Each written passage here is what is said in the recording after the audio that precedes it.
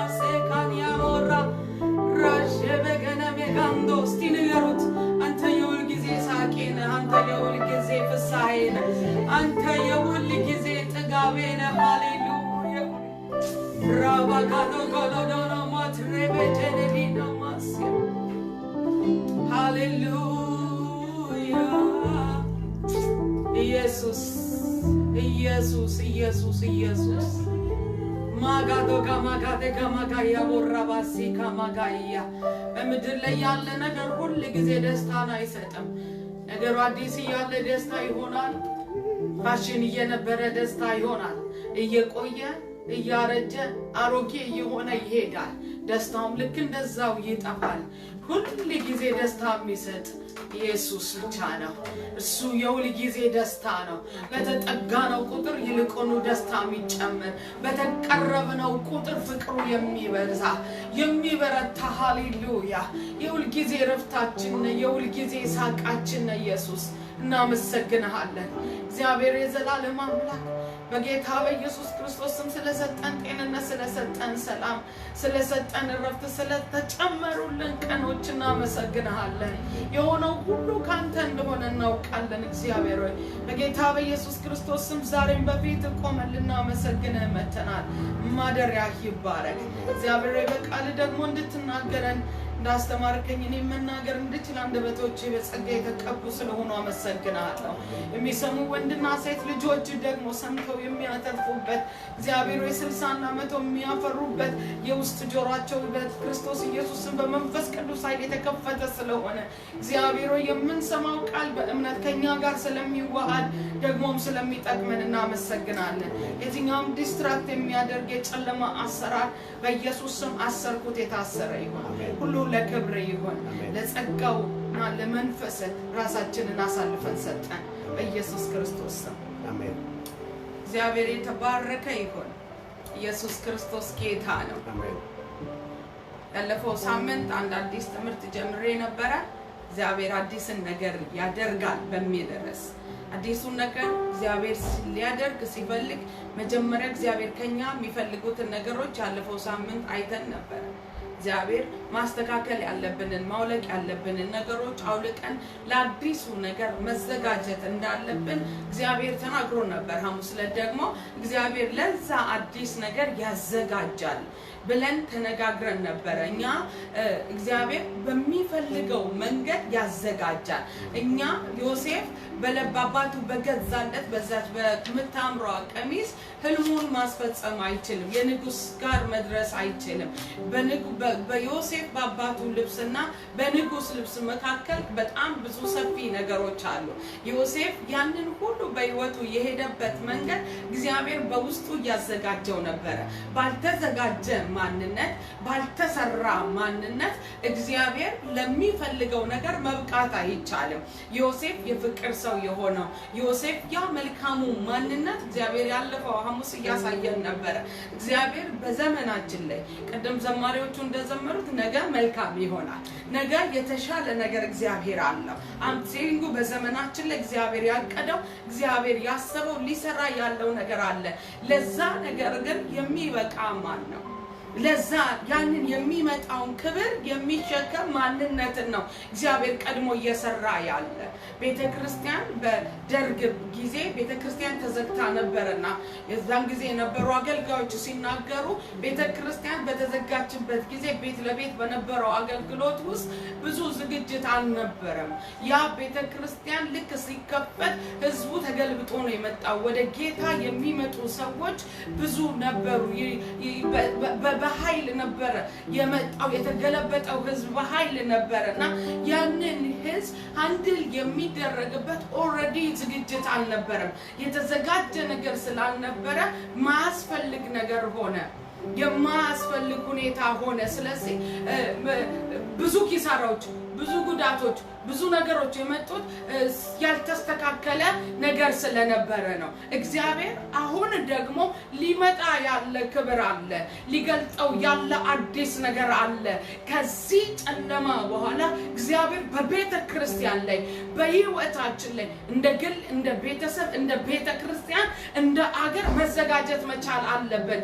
እግዚአብሔር ሊያዘጋጀን የፈለገው ነገር አለ ክብር ለኢየሱስ ይሁን ስለዚህ ዛሬም እግዚአብሔር የሚፈልገው ይሄን ነው ዛሬ መናገርበት መንፈስ ይሄው መንፈስ ነው ለአዲሱ ነገር እግዚአብሔር በራሱ መንገድ ይወስደናል መንገድ አለው እግዚአብሔር ሃሌሉያ የእግዚአብሔር ቃል ሲናገር ለሰባ ሰገሎች እግዚአብሔር መልአክ ተገልጦ ይነግራቸዋል ሕፃን እንደተወለደ በቤተልሔም እንዳለ ነግሯቸው ኮከቡ የመራቸው ይወስዳቸው ነበር ያቺን ኮከብ ተከትለው ሲሄዱ እነሱ በጥበባቸውና በእውቀታቸው ይሆናል ያሉበት ቦታና ኮከቡ የሚወስዳቸው መንገድ የተለያየ መንገድ ነበር ስለዚህ በአእምሮአቸው ሲያስቡ ንጉስ ከሆነ አዳኝ ከሆነ እስራኤልን የሚበሽ ከሆነ እንዴት ቤተልሔም ይወለዳል ብለው አስበው ወደ በንጉስ መንገድ ሄዶ ንጉስ ከሚወለድ ከሆነ ንጉስ ቤት ነው ንጉስ መምጣት ያለበት ከንጉስ ዘር ነው ብለው የመንፈስ ቅዱስ ምሪት ወይም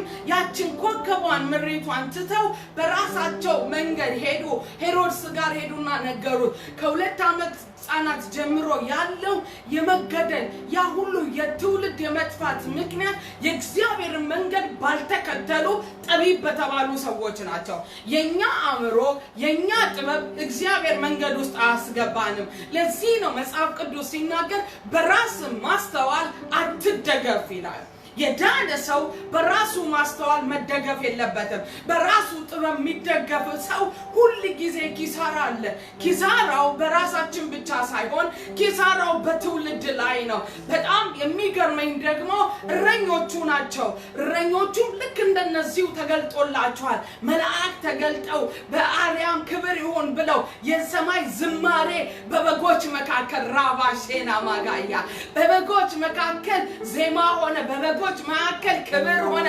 እረኞቹ ጋር መጥቶ ሰማይ ዝማሬን አቀረበ ለእግዚአብሔር የሚሆን ታላቅ ደስታ የሚሆን ነገር በዛ መካከላቸው ሆነ እነዚህ እረኞቹ ጥበብ የሌላቸው ዕውቀት የሌላቸው ናቸው በሰው አእምሮ ማይፈለጉ ውጭ የሚያድሩ ሽታቸው በግበግ የሚል ከበጋር ነው ቅርኙነታቸው ለተገለጠላቸው ነገር ግን ያንን መንገድ ተከትለው ሄደው ሕፃኑ ጋር ደረሱ ዛሬ በጌታ በኢየሱስም ከኛ ጥበብ ወተን በሱ መንገድ ውስጥ እንሄዳለን ዝረኞች ናቸው ጥበበኞች አይደሉም እነዚህ ሰባ ሰገሎች ናቸው ጥበብ አላቸው በእነሱ ጥበብ ሄደው ትውልድ ሞተ በእነዚህ ደግሞ በረኞቹ መካከል የተገለጠው ምሪት ተከትለው ንጉሱ ጋር ደረሱ ዛሬ ልባርካችሁ ከናንተ ማስተዋል ወጣችሁ በእርሱ ጥበብ መሞላት ይሁንላችሁ በእርሱ ዕውቀት መጓዝ ይሁንላችሁ የእርሱን መንገድ ስንከተል የእግዚአብሔር መንገድ ስንከተል ሁሉ ጊዜ ትርፋለ ማዶና ማጋሲያ እግዚአብሔር ብሎኛል መንገዴን ተከተሉ የሚያሳየን መንገድ ትክክል ነው የእግዚአብሔር መንገድ ፍጹም ነው ይላል ፍጹም ነው ስተት የለበትም ፍጹም ነው ውድቀት የለበትም ፍጹም ነው ማዳጋ ማጋና ማሳካቶና ማራሃዲያ ፍጹም ነው ስብራት የለበትም ፍጹም ነው ውድቀት የለበትም መጽሐፍ ቅዱስ ሲናገር እስራኤላውያንን ከግብጽ ሲያወጣ ምንም ያክል እንኳን ቅርብ ቢሆን በፍልስጤም መንገድ አልመራቸውም ይላል ቅርብ ነው የ40 ዓመት በ40 ቀን መግባት የሚችሉበት ነው በጣም ቅርብ ነው ምንም ቅርብ እንኳን ቢሆን በዛ አልመራቸው እብደት ይመስላል ስተት ይመስላል የማያውቅ ይመስላል ግን እግዚአብሔር ዴስቲኒን ስላየላቸው ነው አንዳንድ ጊዜ የሚወስዳችሁ መንገድ ከባድ መንገድ ሊሆን ይችላል አንዳንድ ጊዜ የሚወስዳችሁ መንገድ እንደው የተረሳችሁ የሚመስላችሁ ጊዜ ይመጣል እግዚአብሔር ግን ማዕከል ላይ ምን እንደሚደርስ ያውቃል ህዝቡ በፍልስጤም ሲያልፍ ምን እንደሚያጋጥመው እግዚአብሔር ያውቃል በሉዓላዊነቱ ያውቃል በሁሉን ቻይነቱ ያውቃል የሚመራ ሁሉ ጊዜ እግዚአብሔር ከሆነ በህይወታችን እነግራችኋለሁ ዴስቲኒያችን ጋር እንደርሳለን የእግዚአብሔርን መንገድ በእኛ መንገድ ሄደን ማግኘት አንችልም የእግዚአብሔርን አዲሱን አሰራር የእግዚአብሔርን አዲሱን ክብር የእግዚአብሔርን ዓላማ የእግዚአብሔርን ሐሳብ በእኛ ማንነት መድረስ አንችልም ዛሬ ሁለት እጃችንን እናነሳለን የልብ ፈቃዳችንን እናነሳለን በመትወስደኝ መንገድ ይሄዳለሁ ባይገባኝም አልስጋይ ባይመችም ደስ በማያሰኝም በዚህ መንገድ ይሄዳለሁ ብዙ ሰዎች የከሰሩት የእግዚአብሔርን መንገድ ትተው የራሳቸው መንገድ ሲከተሉ ከሰሩ የኑኃሚን ውድቀት ይሄ ነው ባሏን ያጣችበት ልጆቿን ያጣችበት ምግብ አለ ብላ የሄደችበት ሀገር ምግብ ተርፏል ያለችበት ሀገር ሞት ሆነ በችግር ጊዜ ያላጣችሁን ባሏን በረሃብ ጊዜ ያላጣችሁን ልጆቿን በጥጋብ ምድር ላይ አጣችሁ እግዚአብሔር በሌለበት ጥጋብ ህይወት አይቀጥልም እግዚአብሔር በሌለበት ወገኔ በብዙ ሀብት ውስጥ መትረፍረፍ ውስጥ ልትገባ ትችላለህ ነፍስ ግን በኪሳራ ውስጥ ነው የምትሞላው እግዚአብሔር ባለበት በረሃብ ምድር የተቀመጡ ጎረቤቶቿ ግን በሙሉ ቁጥር ጠበቋት ዛሬ እኔ ነግራችኋለሁ መንገዱን መከተል ይሆንልህ መንገዱን መከተል ይሆንልህ አናወዳድረውም አናስተያየውም የእግዚአብሔር መንገድ ሁሉ ጊዜ ትርፋማ ሁሉ ጊዜ ትክክል ነው። መጽሐፍ ቅዱስ ሲናገር ሐዋርያት ሥራ ላይ ይሄዳል። የሐዋርያት ሥራ ምዕራፍ 7 ላይ ከቁጥር 12 ጀምሮ በጣም ሰፊ ነገር ነው እግዚአብሔር እየተናገረኛል። ምጸልየው ይሄንን ነው። እግዚአብሔር ከሰጠኝ ከትውልዴ እግዚአብሔር ከሰጠኝ ከሕዝቤ አንድም ሰው ከሚመጣው ክብር እንዳይጎድል ጸልያለሁ። ዛሬ በየትኛውም ዓለም ሆናችሁ የምትሰሙኝ በየትኛውም ሀገር ያላችሁ ከዚህ ከእግዚአብሔር ክብር መጉደል አይሆንላችሁ።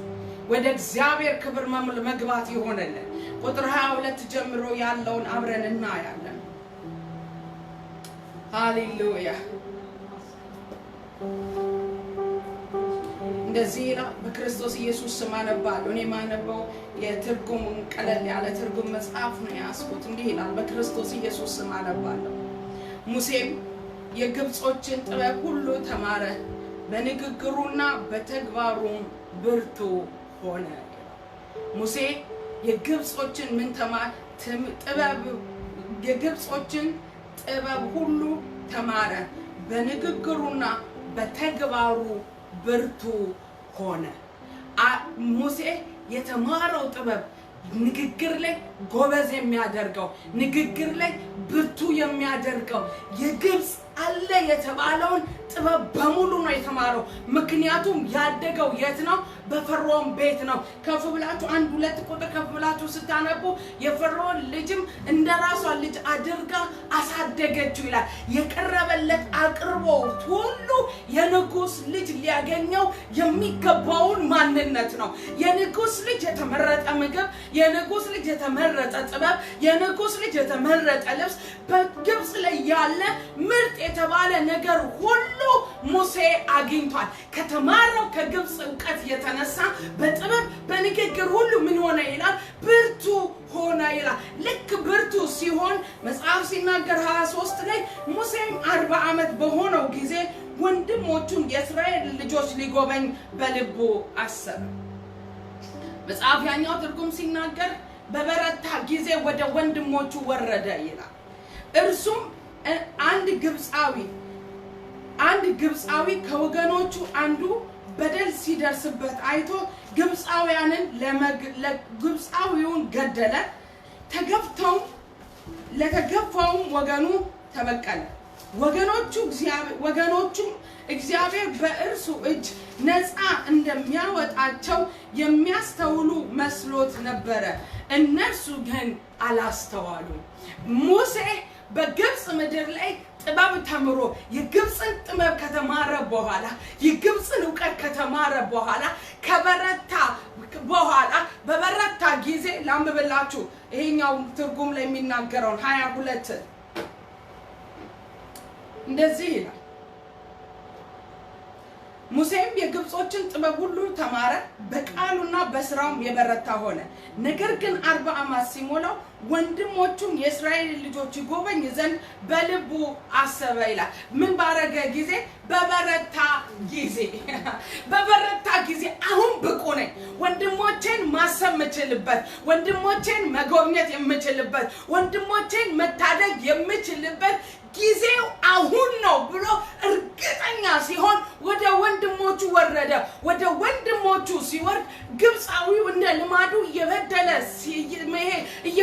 ሲደርስ ሄደና ግብጻዊውን መታና ገደለ።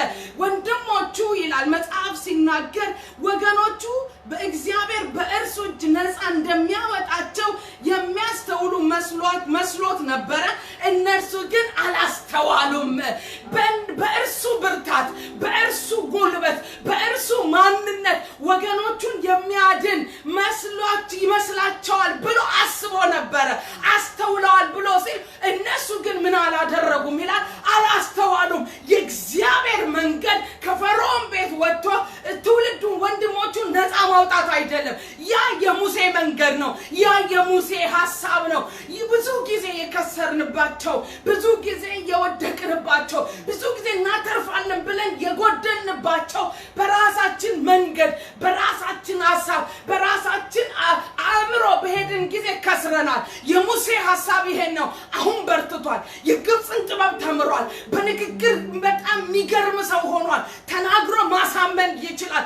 በጥበብ የሚገርም ነው። የሊደርነት ፖዚሽን በደንብ አድርጎ ተምሯል። አሁን መምራት ይችላለሁ፣ አሁን ማስወጣት ይችላለሁ፣ በእድሜም 40 ዓመት ሞልቶኛል ብሎ ወደ ወንድሞቹ ሲወርድ በበረታ ጊዜ መመሰለው ጊዜ ሲሄድ መግደል የሚችልበት አቅም አለው።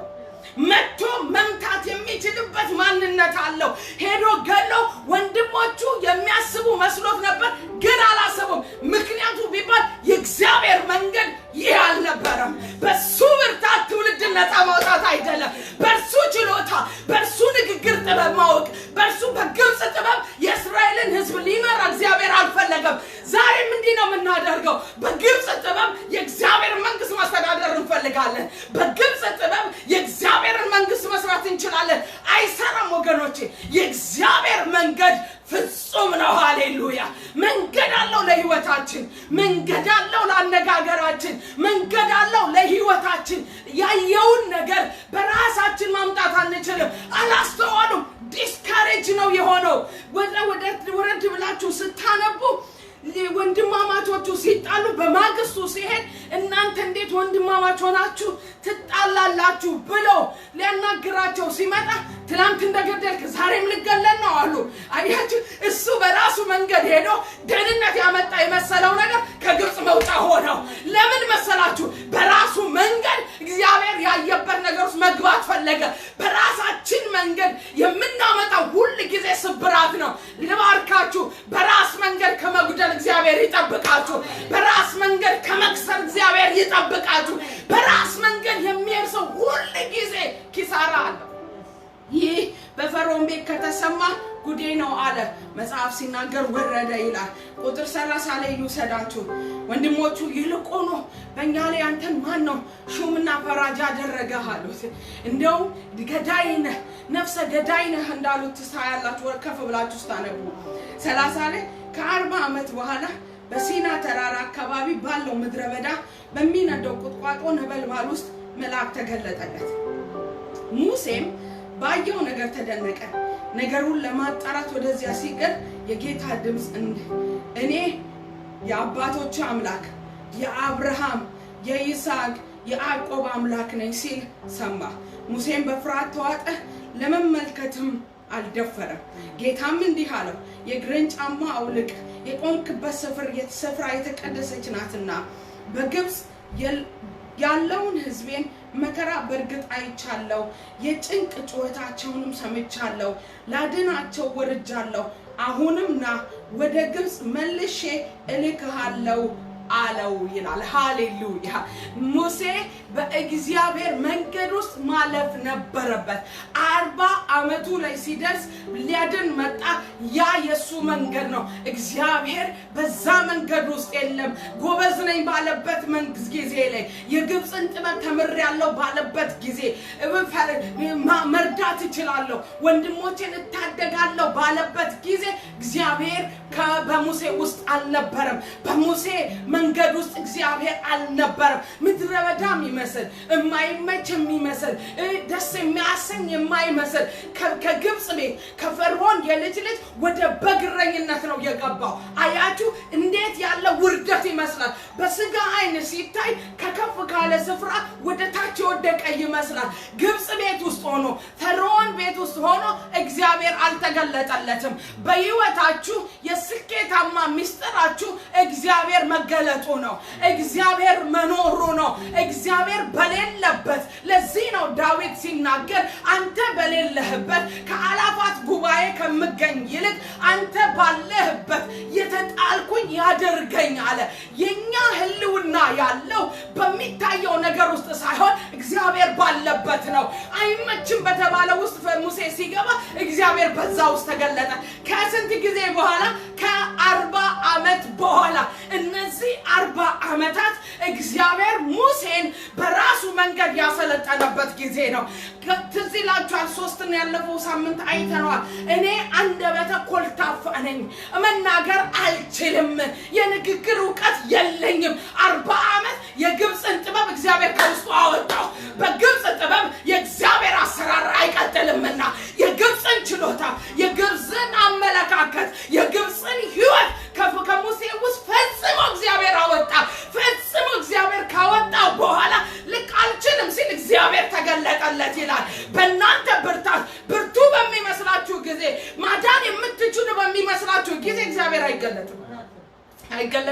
ምክንያቱም እኔ ልትሉ ነው ያለፈው መስተናግር ያለው በዚህ ጉዳይ ላይ ተመልሼ አልገባም እግዚአብሔር አንደበቱ ኮልታፋ ነኝ በሚልበት ማንነት ላይ ተገለጠና እግዚአብሔር ሙሴን ከግብጽ ጥበብ ሳይሆን ማስጀመር የፈለገው ከአብርሃም ከይስሐቅ ከያዕቆብ አምላክ ማንነት ነው ከማንነቱ ሊያስጀምረው ስለፈለገ ከግብጽ ቤት አወጣ ፈርዖንን ከውስጡ አወጣ የፈርዖንን ውበት አወጣ የፈርዖንን ጥበብ አወጣ የፈርዖንን ማንነት ካወጣ በኋላ የአብርሃም የይስሐቅ ያዕቆብ አምላክ እኔ ነኝ ካለ በኋላ የሕዝቤን ጩኸት ሰምቻለሁና ላድን ወርጃለሁ መልሻውን ወደ ምን ልከልሃለሁ አለ ወደ ግብጽ ልከሃለሁ አያችሁ ቅድም በራሱ ብርታት ነው ወደ ወንድሞቹ የወረደው አሁን ግን በተልኮ ነው የሚወርደው አሁን እግዚአብሔር ነው የላከው አሁን አንተ ሳትሆን አሁን ጉልበት ሳይሆን አሁን ጡንቻ ሳይሆን አሁን ተልኮ ነው ከተልኮ በኋላ ደግሞ ገዥነት አለ ከተልኮ በኋላ የእግዚአብሔር ስልጣን አለ ሙሴ እንደዚህ አለ መናገር አልችልም ያለ እግዚአብሔር ፊት መናገር አልችልም ሲል እግዚአብሔር እንደዚህ አለ እኔ በፈርዖን ላይ አምላክ አድርጌሃለሁ አሁን በገዥነት መንፈስ ነው የሄደው የእግዚአብሔር መንገድ ተከትላችሁ ስትሄዱ እግዚአብሔር በሚወስዳችሁ መንገድ መራመድ ስትጀምሩ የመለኮት ስልጣን ከናንተ ጋር ይሆናል የአብርሃም አምላክ ምንድነው ማዕከሉ ላይ የገባ አላስኬድ ያለውን ሁሉ እየመጣ የጠረገለት ነው የአብርሃም አምላክ ማን ነው አቤሜሌክ መጥቶ የሱ የሆነው ሊወስድ ሲል እንዳትነካ ነብይ ነው እርሱ የሱ ነገር መነካት አይችልም ሚስቱን ሊተኛ ሲል መጥቶ እንዲህ ነው ያለው እንዳትነካ ይዘው ተራሰው አይደለም ነብይ ነው እንደውም እሱ ይጸልይልሃል ለአገር አጸልይ የአብርሃም አምላክ ምንድነው በሌሊት የሚገለጥ ነው አብርሃም በሌለበት የአብርሃም ነገር ባለበት የሚመጣ ነው የአብርሃም አምላክ ሃሌሉያ እግዚአብሔር ማንነት ነው በፊቱ የቀደመ አዎ የይስሐቅ አምላክ ንጉሱን አምጥቶ እግሩ ስር የሚያንበረከክ ማን ነው ይስሐቅ ብትሉ ያ ጀግና የሆነ ውጣልን ያለ 26 ሄዳችሁ አንብቡ አይ በቃ አንፈልግም ከዚህ በኋላ አንተ ከኛ በላይ የተባረከ ስለሆነ ውጣል እንደፈለገ ማሳደድ የሚችል መስሎት ይስሐቅ አገሩን ለቆ ሲሄድ ንጉሱ መጣና እንደዚህ አለ እግዚአብሔር ካንተ ጋር እንዳለ አይተናል አለ ኪዳን እናድርግ አለ የይስሐቅ አምላክ ነኝ አለ የይስሐቅ አምላክ ነኝ አለ ያዕቆብ አምላክ ነኝ አለ ያዕቆብ በሄደበት መንገድ ሁሉ እግዚአብሔር አብሮት ነበር ያዕቆብ አምላክ ነኝ ላባ ደረስኩበት ሲል አሁን መጥቼ ላጠፋው ነው ያለውን ሁሉ መጥቼ መውሰድ የምፈልገውን ሁሉ ወስጄ እንደፈለኩ በያዕቆብ ላይ ገለጣለሁ ሲል እግዚአብሔርም ለላባ በሌሊት ተገለጠለት ያዕቆብ ምን እየተካሄደ እንደሆነ አያውቅም ያዕቆብ ምን እየተሰራ እንደሆነ አያውቅም እግዚአብሔር ግን በጠላቶቹ መንገድ ተገልጧል ዛሬም እናንተ መንገዱን ስትሄዱ እናንተ በማታውቁበት መንገድ እግዚአብሔር ስላንቺ ይገለጣል የአብርሃም አምላክ ይገለጣል የይስሐቅ አምላክ ይገለጣል ያዕቆብ አምላክ ይገለጣል አሜን ለነዚህ ሶስት ጠላቶች እግዚአብሔር ተገልጧል ለሶስቱም እየተገለጠ ያዕቆብን አለ መንካት አይደለም በክፉ እንዳትናገረው ምን በላው አለ ተጠንቀቃ ነው የነሱ አምላክ ብቻ አይደለሁም አለ እኔ ዛሬ አንተ አምላክ ነኝ ዛሬ ማስጠነቀቃለሁ ስልክህ አብሬህ እሆናለሁ ስልክህ ካንተ ጋር እሆናለሁ የምትናገረው ይሆንልሃል የምታዘው ይታዘዝልሃል ከስልጣን ጋር ነው እግዚአብሔር የላከው የእግዚአብሔር መንገድ ሁሉ ጊዜ ስትከተሉ እግዚአብሔር የነገራችሁ ጋር ስትደርሱ በሞገስ በስልጣን የማይሰማችሁ የማይታዘዛችሁ አይኖርም መንገዱን መከተል ይሆንላችሁ መንገዱን መከተል ይሆንልህ የእግዚአብሔር መንገድ ፍጹም ነው መጽሐፍ ቅዱስ ሲናገር አስማተኞች መጥተው በትራቸውን ጥለው እባብ ስትሆን አይታችኋል ሙሴ ሲደነግጥ እግዚአብሔር እንዲህ ነው ያለው በአሁን ምንም ያስደነግጥ ጉዳይ አይደለም እኛም ማድረግ እንችላለን ብለው ሲያደርጉ የሙሴ በትር የአስማተኞችን በትር ምን አደረገች ዋጠች መዋጥ በሙሴ ዘመን ውስጥ አይሆንም ለምን የላከው እግዚአብሔር ነው እየዋጣችሁ እንድትሄዱ እያሸነፋችሁ እንድትሄዱ እግዚአብሔር ወደ ነገራችሁ ጋር በሙላት እንድትደርሱ ከናንተ ብርታት ውጡና በርሱ መንገድ ውስጥ ገቡ ከናንተ ዕውቀት ውጡና በሱ ዕውቀት ውስጥ ገቡ ከናንተ ማስተዋል ውጡና በእግዚአብሔር ማስተዋል ላይ ተደገፉ አሜን አሜን አሜን ራባሴ ከመጋና ማስያ እግዚአብሔር ስም የተባረከ ይሁን አንደኛ ሳሙኤል ላይ ወስዳችኋለሁ። ሌላ ታላቅ ሰው አሳያችኋለሁ። ዛሬ መንፈስ ቅዱስ ብሎኛል፣ መንገዴን ተከተሉ፣ መንገዴን ተከተሉ። ዳዊት ላሳያችሁ የምፈልገው ሌላው ሰው ዳዊት ነው። ዳዊት በቤቱ የተወደደ ሰው ነው። ምዕራፍ 16ን ሄዳችሁ ስታነቡ እግዚአብሔር ሳኦልን ከናቀው በኋላ ንጉስ ላይ ያለ የንግስና ልብስ እየለበሰ ያለ ነገር ግን ሌላ ሰው ፈለገ፣ ልቡ የሚከተል። ከዚህ በፊት ተናግሬዋለሁ። ሄዶ ቅባቱን ሊቀባ ሲል ሰባቱንም ልጆች ከአባትየው ካሳለፈ በኋላ እግዚአብሔር እኔ ሰው እንደሚያላይም አለ። የእግዚአብሔር የሆነ በዛ የለም። ቁመት ያላቸው አሉ፣ ትከሻቸው የሰፉ አሉ። የሳሙኤልን ልብ እንኳን ያማለሉ ያ ጃይንት የሆነ ነብያ ታላቅ የሆነ የእግዚአብሔር ሰው እንኳን እስከሚስት ድረስ ቁመታቸው ለንግስና የሚሆን ነበሩ። በእግዚአብሔር አይን ግን የታዩ አልነበሩ። መጽሐፍ ቅዱስ ሲናገር ሌላ ልጅ የለህም ያለው ግራ የገባው ይመስለኛል። እንዴት እግዚአብሔር እንደላከው በስም ነው የላከው፣ በአጥርቶ ነው የሰማው፣ ተሳስቶ አይደለም። ነገር ግን መጽሐፍ ቅዱስ ሲናገር ሌላ ልጅ የለም ሲል ታናሽየው ገና በውጭ አለ በበግ እየጠበቀ አለ ሲለው ሂድ እስከሚመጣ ድረስ አንረፍቅም፣ አንደክምም፣ አንታክትም ይለዋል። መጽሐፍ ቅዱስ ሲናገር ዳዊት አባትና እናቴ ተወኝ እግዚአብሔር ግን ተቀበለኝ ይላል። መዝሙር 27 ቁጥር 10ን ሄዳችሁ ስታነቡ የተተወበት ዘመን ነበረ። እግዚአብሔር በዳዊት ሕይወት ውስጥ መስራት የሚፈልገው ነገር ነበረ። አባትና እናቱ እስከሚረሱት ድረስ የሳሙኤል ልብ ያለው በኤልያብ ነበረ። በኤልያብ ቁመት፣ በኤልያብ ትከቻ፣ በኤልያብ ማንነት ሲማረክ ለካ እግዚአብሔር በዛ ውስጥ የለም። እግዚአብሔር በቁመት ውስጥ ሳይሆን እግዚአብሔር በልቡ ውስጥ ነበር ያለው። እግዚአብሔር በፍላጎት ውስጥ ነበር ያለው። ዳዊት ሲመጣ ይላል ቀይም እጅግም ያማረ ነበረ፣ መልከ መልካም ነበረ ይላል። በዳዊት ሕይወት ውስጥ ግን የመረሳት ጊዜ ነበረ። አስቡት፣ ለመጨረሻ ልጅ እንደው እንዳበሻ ቤተሰብ ለመጨረሻ ልጅ አቴንሽን የምትሰጡ ናችሁ። ለመጨረሻ ልጅ በጣም ትኩረት የምትሰጡ ናችሁ። በወንድሞቹ የተወደደ ትንሽ ልጅ አለኝ እኔ። የቤቱ የመጨረሻ ልጅ ስለሆነ በጣም ነው የሚቀብጠው። እህቶቹ ያቀብጡታል፣ ወንድሙ ያቀብጠዋል፣ አባቱ ያቀብጠዋል፣ ያቀዋል። የተወደደ ልጅ እንደሆነ ስለሚያውቅ የሚፈልገውን ነው የሚመርጠው የሚጠይቀው። እናንተም ታውቃላችሁ በቤታችሁ የመጨረሻ የሆነውን ልጅ እንዴት አድርጋችሁ እንደምትንከባከቡ። በዳዊት ሕይወት ውስጥ ግን እንክብካቤ ሳይሆን መረሳት ነው የሆነለት። መረሳት ነው የሆነለት። እግዚአብሔር የመረጠው የእግዚአብሔር ትኩረት ያለበት ልጅ ግን የተረሳ። አስቡት፣ ኤልያብን የሚያክል ትልቅ ልጅ፣ ኤልያብን የሚያክል ቁመተ ረጅም፣ ኤልያብን የሚያክል ትከሻው ሰፊ ልጅ እያለ በግ ለመጠበቅ ዳዊትን መላክ ለሰው አእምሮ አይገባም። የሚመጣው ነገር ራሱ እንዴት ሊያስመልጥ ይችላል? በአእምሮ ኤልያብ ማስመለጥ የሚችል ነው የሚመስለው። ጉልበት አለው። ጉልበት የሌለውን ለምን ቢባል መዝሙር 23ን ከዳዊት ሕይወት ውስጥ እግዚአብሔር ማውጣት ስለፈለገ በእረኝነት መንገድ ውስጥ አስኬደው። ከአንበሳና ከድብ ጋር መታገል ነበረበት። የተመረሳትን መንገድ መሄድ ነበረበት። የመተውን ሕይወት ማወቅ ነበረበት። ዳዊት ሲናገር 69 ቁጥር 8 ላይ ለእናቴ ልጆች ይላል እንደ ባዳ ሆንኩባቸው ይላል። ወይ ጉድ! ወዳጆቼ ተውኝ፣ ጎረቤቶቼ ተውኝ ይላል ዳዊት። በወንድሞቹ የተረሳ ዳዊት፣ በአባቱ የተረሳ፣ በእናቱ የተረሳ። ለዚህ ነው እናትና አባቴ ተውኝ ብሎ እግዚአብሔር ግን ተቀበለኝ ይላል። ራባጋዶ ሳማጋያ እነሱ ልክ ሲረሱት ሲጥሉት መለኮት አብሮት ነበረ። በአንበሳና በድብ መካከል ያለማምደው ነበረ። የእግዚአብሔር መንገድ ሁሌ ትክክል ነው። ከአንበሳና ከድብ ያስመለጠኝ ነው ያለው። ትዝ ይላችሁ እንደሆነ ለንጉሱ መጥቶ አንተ ብላቴና ነህ ምንም ማድረግ አትችልም ሲል ኖ ታሪክ አለኝ አለ። የሄድኩበት መንገድ አለ፣ ያለፍኩበት ህይወት አለ። ከአንበሳና ከድብ ያስመለጠኝ ዛሬም ከዚህ ካልተገረዘ ፍልስጤማዊ እጅ ያስድነኛል አለ፣ ያስመልጠኛል አለ። ምክንያቱም እግዚአብሔር በግሉ አለማምዶት ነበረ። የእግዚአብሔር መንገድ ሁሉ ጊዜ የስኬት መንገድ።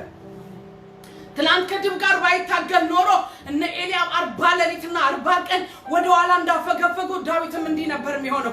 እግዚአብሔር ግን በዳዊት ሕይወት ውስጥ ጉዳይ ስለነበረው ከሞቀ ቤት አውጥቶ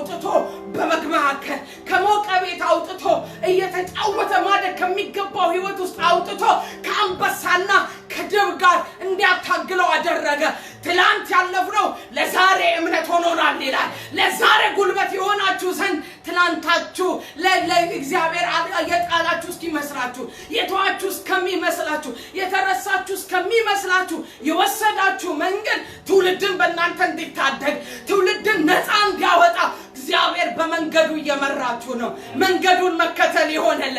እስቲ መንገድህን እከተላለሁ በሉት። አያችሁ የጨከኑበት ይመስላል።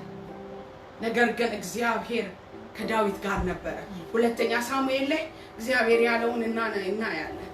ሁለተኛ ሳሙኤል ምዕራፍ 7 ቁጥር 8 ላይ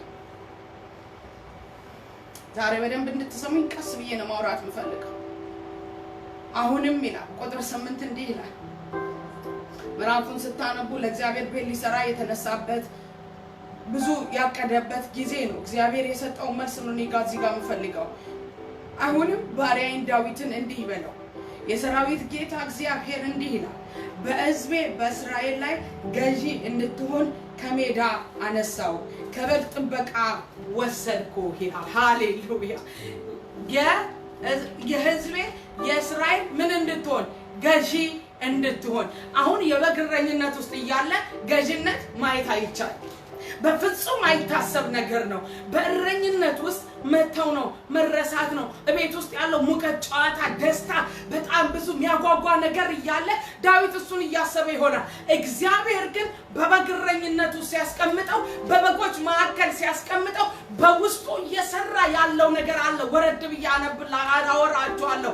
እግዚአብሔር እንደዚህ አለ፣ ከበግ እረኝነት ወስጄ ምን አደረኩ? የሕዝቤ የእስራኤል ገዢ አደረኩ። በእግዚአብሔር መንገድ ውስጥ ሄዷል። ደስ ማሰኝ መንገድ ነው። ደስ በማሰኘው መንገድ ውስጥ ግን እግዚአብሔር ገዥነትን አስቦ ነበረ። የእግዚአብሔር ሐሳብ ሁሉ ጊዜ በሕይወታችሁ ትክክል ነው። የእግዚአብሔር መንገድ ሁሉ ጊዜ ትክክል ነው። ዳዊት ባይገባው እንኳን ዳዊት ባይመስለው እንኳን እግዚአብሔር እንደዚህ አለ፣ ያ የበግ ስፍራ ማሰልጠኛዬ ነበረ። ያ ከበጎች ጋር ስትሆን አንተን የማለማምድህ ነበር። ብዙ ሰው ከላይ ነው ከከፍታ ነው መጀመር የሚፈልገው። ብዙ ሰው ከሙቀት ነው መጀመር የሚፈልገው። ገዥነት የሚጀምረው ከታች ነው። ዝቅታን ከመረጥ ከፍታ ያንተ ነው። ከፍታ ጋር ለመድረስ መጀመሪያ ዝቅታን ማወቅ አለበት። ያልተራበ ሰው ለተራበ ሰው ማሰብ አይችልም። ያልታረዘ ሰው ለታረዘ ሰው ማሰብ አይችልም። ለዚህ እኮ ነው ሰዎች ሲርባቸው ጉዳያችን አይደለም፣ አላለፍንበትማ። አያችሁ፣ ሁሉ ሰው ከትልቅ ነው የሚጀምረው። ከትልቅ የሚጀመር አገልግሎትም ከትልቅ የሚጀመር ምንም ነገር የለም። በህይወታችሁ እግዚአብሔር ትልቅ ነገር ሊያስገባችሁ ሲፈልግ፣ ትልቅ ነገር ሊሰጣችሁ ሲፈልግ ከታች ነው የሚያስተምራችሁ። ከበግነት ከበጉን አነሳ እግዚአብሔር። በበግን ታሪክ አላበቃ ማለት ከበግ አመጣሁና የሕዝቤ ገዢ አደረኩ አለ። በገዢነትና በበግ ጥበቃ መካከል ግን የመታሸት ህይወት አለ፣ የማይመች ህይወት አለ። ወገኔ እነግራችኋለሁ፣ እግዚአብሔር ያየው በእናንተ ህይወት ውስጥ ይሆናል። ያየው ይሆናል። ማይመች መንገድ ይሆናል፣ ግን ይሆናል። ወሰድኩ አለ። ራባ ጋና ማስያ ራባ ጀመገነ መጋና ሃዲያናስያ ትልቅነት ትልቅ ትሆናላችሁ ሲላችሁ እግዚአብሔር በመጀመሪያ ትንሽ ነው ያረጋችሁ። የመጨረሻ የትንሽኝነትን ስፍራ ያሳያችኋል። የክብር ሲላችሁ የበምድር ላይ የውርደት አይነትን ያሳያችኋል። የመጨረሻ ቦታ ያስገባችኋል። ከዛ በኋላ ግን መለኮት በጊዜው ከፍ ያደርጋናል። ክብር ለኢየሱስ ይሁን። አንደኛ ሳሙኤል ምዕራፍ 16 ላይ ልውሰዳችሁ ቁጥር 18 ቃል ያለው ሰው አሁን እኔ ነው የሚሰማ ህልም አለኝ የሚል ሰው እግዚአብሔር የተናገረኝ ነገር አለ። አያችሁ ሙሴ 40 ዓመቱ ላይ የራሱ ጊዜ መደረሰ። ለካ ሌላ 40 ዓመት ነበር። አሁን በ40 ዓመት ነፃ አውጪ መሆን ይሻላል ወይስ በ80 ዓመት? ለሰው እኮ የሚመቸው 40 ዓመት ላይ እኮ በጣም አመራር የሚመችበት ዓመት ነው። 40 ዓመት እኮ መውጣት መውረድ የሚቻልበት ነው። ነገር ግን እግዚአብሔር የሙሴ አስተዋጽኦ አልፈለገም። የሙሴን ጉልበት አልፈለገም። 80 ዓመት ማለት እንግዲህ በእኛ ጊዜ ማስቡት 80 ዓመት ያበቃ ያለቀ ውርስ ለልጆቹ የሚያከፋፍልበት አለኝ የሚለውን ነገር ጨርሶ የሚጠናቀቅበት ነው። ሙሴ አሁን አልችልም ከዚህ በኋላ ተስፋ የለኝም ሲል አሁን ሕዝቤን ከፈርዖን እጅ ነፃ ታወጣለህ አለው ይላል። ሃሌሉያ! ከረኝነት በጣም ኮመን ነገሮችን ሼር ሲያደርጉ ታያላችሁ። ከረኝነት አንስቶ እግዚአብሔር ገዢነት ውስጥ አስገባው። በ70 ዓመቱ ነገር አሜን እድሜ ፊዚካሊ አይደለም አሁን በህይወታችን ላይ ያወራው ያለው እኛ እንችላለን የምንልበት እኛን በቃለን የምንልበት እግዚአብሔር የለም አልችልም በመትሉት አሁን ነገር አበቃ በመትሉት ውስጥ እግዚአብሔር አዲስ ምዕራፍ ይከፍታል አዲስ ምዕራፍ ይከፍታል ለሰው አበቃ በተባለው ውስጥ እግዚአብሔር አዲስ ነገር አለ እግዚአብሔር አበቃ ሲል ነው ሰው ምድር ሲዘጋ ሰማይ ይከፍታል ምድር አለቀ ሲል እግዚአብሔር ይጀምራል በ80 ዓመቱ ከፈርዖን እጅ ላይ ነፃ አወጣ ያላስተዋሉት መንገድ እግዚአብሔር የሌለበት ስለነበረ ነው በእግዚአብሔር መንገድ ሲሄድ ግን ሰው ሁሉ ሰማው ክብር ሁሉ ለእግዚአብሔር ይሁን ዛሬም በእናንተ ህይወት ውስጥ እግዚአብሔር ያለው ይሆናል አሜን 16 ላይ ልሰዳችሁ ከቁጥር 18 ጀምሮ ሳኦል ክፉ መንፈስ ከተሰቃየ በኋላ ይህ ነገር ዳዊት ከተቀባ በኋላ የሆነ ሳኦል ቁጥር 15 ላይ የሳኦል አገልጋዮች እንዲህ አሉት እነሆ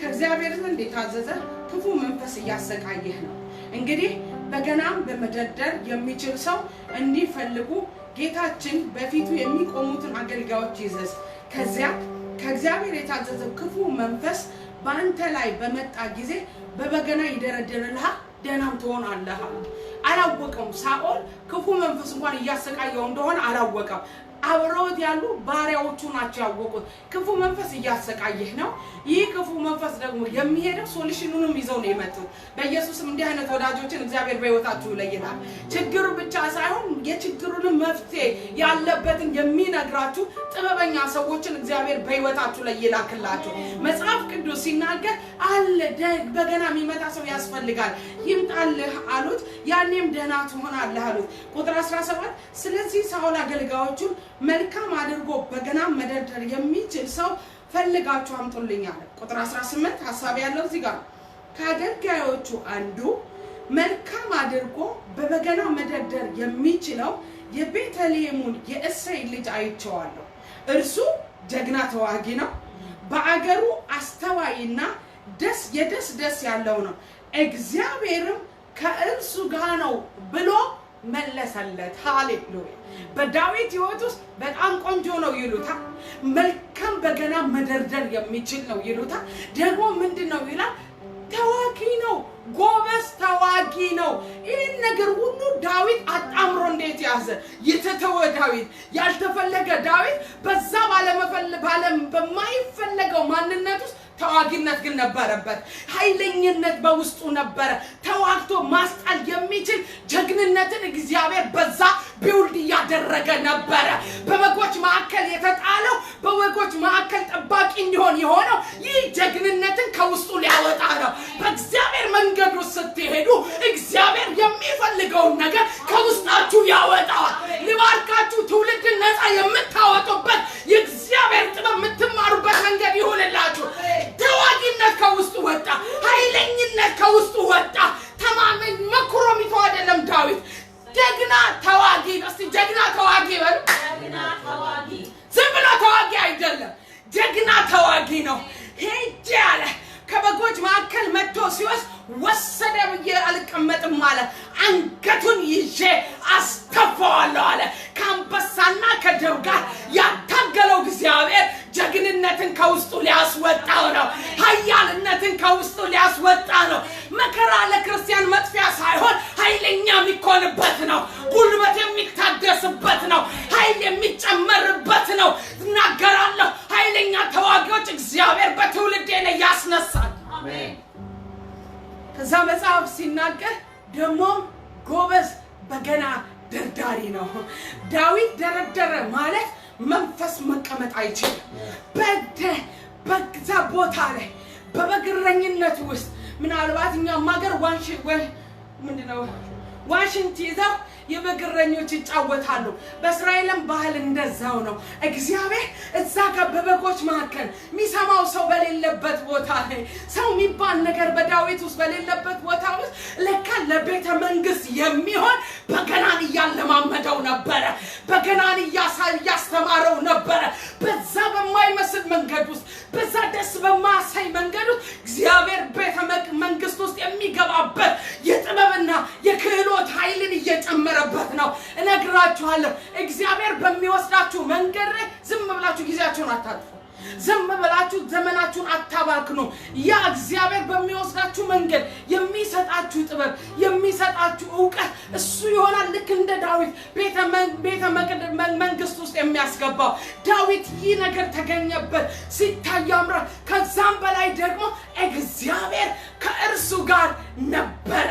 የእግዚአብሔር አብሮነት ከዳዊት ጋር ነበረ። ሙሴን እንደዚህ አለ፣ እኔ ከአንተ ጋር እሆናለሁ። እግዚአብሔር ከዮሴፍ ጋር ነበረ።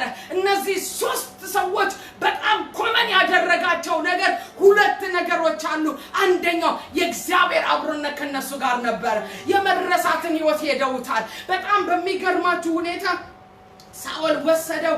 ከዛ በኋላ ላይ ወረድ ብለን ደግሞ እናነባለን 22 ላይ ዳዊትም ወደ ሳኦል መጥቶ አገልግሎቱን ጀመረ።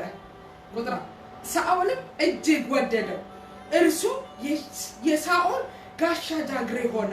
ከዚያም ሳኦል ዳዊትን ወድጄዋለሁና ከእኔ ዘንድ ሆኖ እንዲያገለግለኝ ፍቀድልኝ ብሎ ወደ እሴይ ላከው ይላል።